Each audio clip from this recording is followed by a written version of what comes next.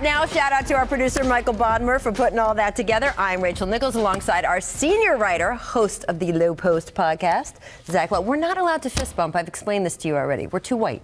Can't happen. This is the Hall of Famer, Mr. Tracy McGrady, and this is how we know it's time for real basketball, because he is back. I am so thrilled. Excited. Woo!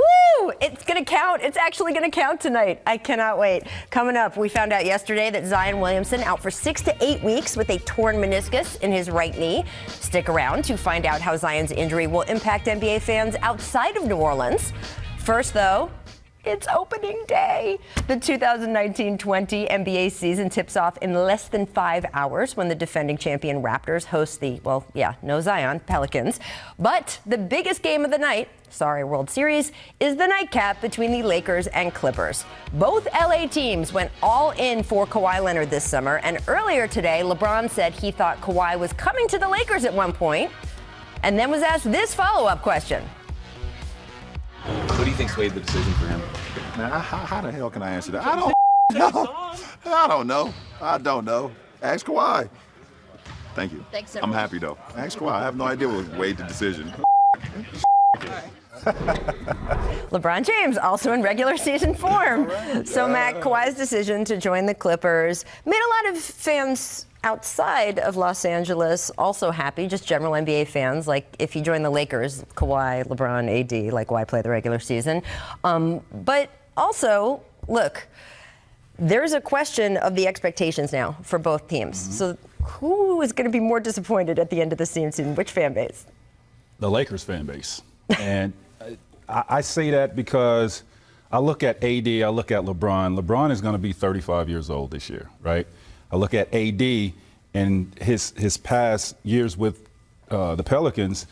He's kind of been injury prone a little bit, right? So now playing with LeBron, expectations is extremely high. He has to deliver, being in a Laker uniform, being LeBron James's teammate. I just don't know how that's going to fare out when you got Kawhi Leonard, Paul George, great defensive team, the Clippers next door, and LeBron James, being that he's 35, who is their closer, gonna have to be the closer. Is he capable of doing that at 35 years old? That's a tough burden. So I like what I see on paper with the Clippers than I do with the Lakers. Said 35 a lot of times. You're concerned about LeBron. 17 years in the league. He will be 35 in December. Ron, I know so the question is, who's more likely to disappoint? Yes. I think neither, to be clear, is going to disappoint. But if I had to pick who's more likely to disappoint, I would actually go with the Clippers, because I think the expectations are higher. I think they're considered the championship favorite in the league. No. Paul George is going to be, they're the odds on. Vegas has them as the championship favorite. Vegas has both of these teams, but I always wonder, is that just about where the money is coming in? And our experts pick, I think, is more Clippers than anyone else.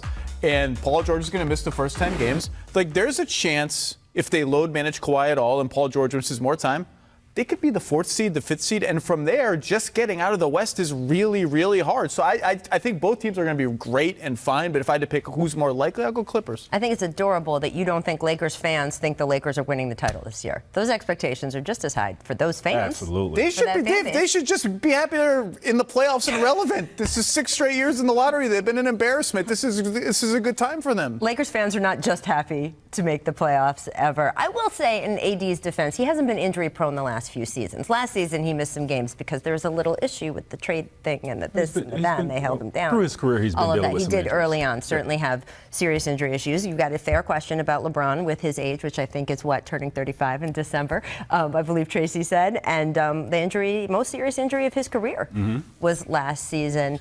It's the flip side of having these teams everyone is so excited about, is they now are going to have to spend this season paying that off.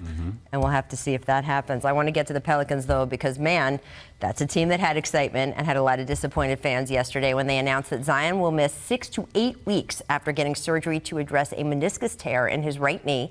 Just to do the math for you, if he took the full 2 months, he wouldn't be making his NBA debut until the week before Christmas. So that's a while. There's still some uncertainty as to how and when Zion injured his knee. Earlier today, though, Pelicans GM David Griffin spoke about the injury to reporters. Take a listen.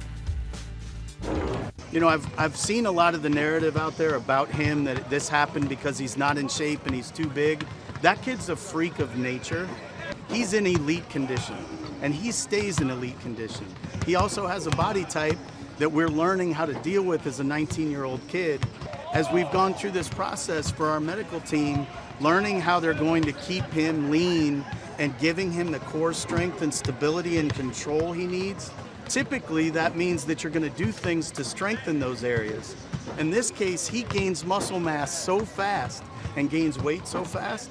No one's ever dealt with anybody like him before. So he's 19. It's going to be a learning experience for all of us. But the notion that this happens somehow because Zion's in poor condition is just asinine. Griff not holding back there at all. Do you agree with him that his weight isn't a problem? Well, I don't think he was injured because he's out of shape. I think he's in great shape, but I think he's too big. I think 280, playing at 280, the style of play that he plays is entirely too big to sustain that for 82 games. This is what can happen to him. And this is what I suspected that would happen to him. If he was to have a longevity career, he's going to have to drop down to 260, maybe even get into 250s. 280 is just too much That's weight. substantial. You want him to drop 30 pounds? I mean, 280, playing at 280 at his size, the way he plays the game, he has to get to 260. Yeah, Griff is talking about a narrative, and he's right that part of the narrative is poor conditioning, but I think a lot of the people that he's addressing are just saying he's big. He's a big dude who jumps really high and dunks a lot and comes down hard a lot. And Griff himself said, you know, we're learning his body type. We're learning what it means to be that age, that vertical and that heavy, and we don't know. So now he's out for, 6 to 8 weeks? He's really going to have to watch. He's going to have to be on a strict diet, you know, because he can't run. Can't run around. He can't do anything. So it's very pivotal for them to find out what it is they have to do to keep him underweight. Tracy obviously had knee problems, and different. Every knee problem is different. But when you see a guy with knee problems like this now, do you feel like the Pelicans are smart to pull him back right away? They gave him an MRI without even really there being a problem. He just said he had knee soreness, and they're like, oh my God, put him in an MRI machine and take care of it. And they're keeping him out now for 6 to 8 weeks. They are being super careful. They should. I mean, this kid is the future for this franchise. Yeah.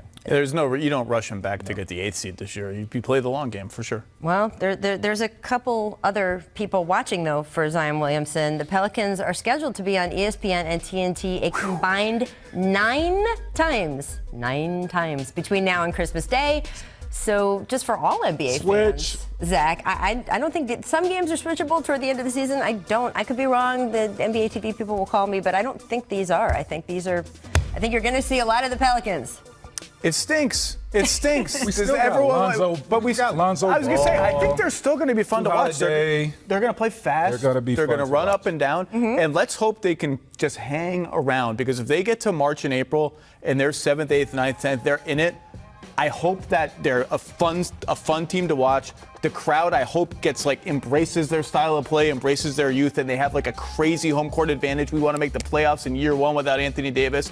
That would be awesome if every Pelicans home game down the stretch was just must-watch, loud college atmosphere. That's what I want. Here's what I know. These guys are going to be well coached. They're going to get up and down and play, and they're young. So if they come in and play every night, every team in NBA doesn't compete hard at a high level every night. Now, if Alvin Gentry could get these boys to compete at a high level every night, they'll give themselves a chance. And they're deep. And if you want to run, you got to be deep. If you really want to run, you got to be deep. They will be on television. So get behind Drew Holiday, people. He is really fun to watch. Coming up, one of these $100 million plus contracts will end up being the best investment from the 2016 draft class. Which one, though? Stick around to find out. First, though, it's time for our distant replay. This date, 1997.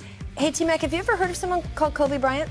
Yeah, man. I did. Oh, don't do this to Penn Wallace.